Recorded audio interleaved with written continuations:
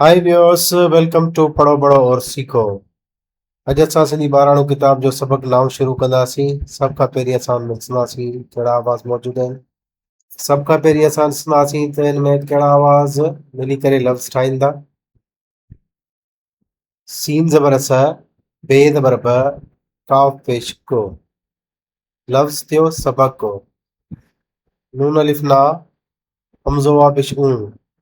लफ़्ज़ थियो नाऊं। घेवा घो, ड़े वाड़ो। लफ़्ज़ थियो घोड़ो। चे वाचो, नामालो।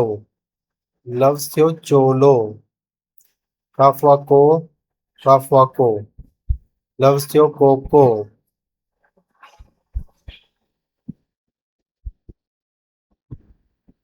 चे वाचो, टे ये ज़ेर टी।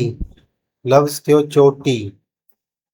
घे ये घे, टे वाटो। लफ़्ज़ थियो घेटो। घे लिफ घा, टे वाटो। लफ़्ज़ थियो घाटो। पे लिफ पा, टे वाड़ो।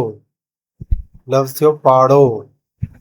डे ज़ेर डे, सीन पेश सो।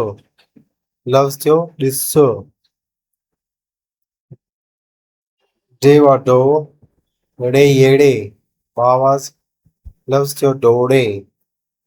अलफ मंद आ, ए ये है। लफ़्ज़ थियो आहे। ए ये ज़ेर ही, हमज़ो पेश ओ। लफ़्ज़ थियो ही ओ। थे वाथो, इहो हिकिड़ो ई आवाज़ आहे, थे वाथो। घे ये घे, टे वाटो, घेटो। डे ज़ेर डे, सीन पेश सो, ॾिसो।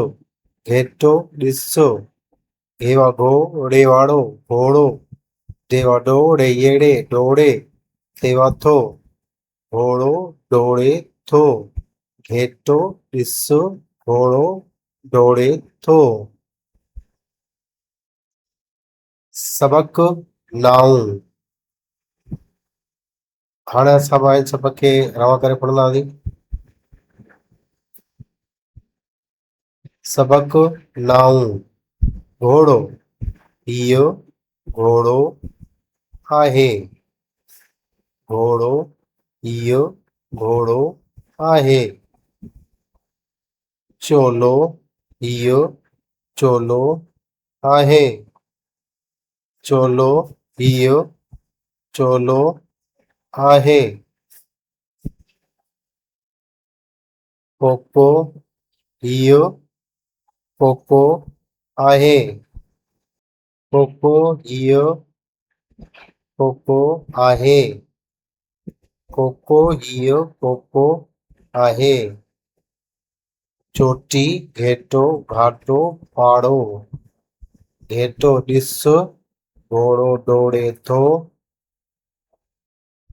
फ्रेंड्स, जेकॾहिं वीडियो पसंदि आई आहे त चैनल खे सब्सक्राइब कजो ऐं पंहिंजे दोस्तनि सां शेयर करणु न विसारींदा ऐं कमेंट करे असांखे ॿुधायो त असांजो वीडियो तव्हांखे कीअं लॻी।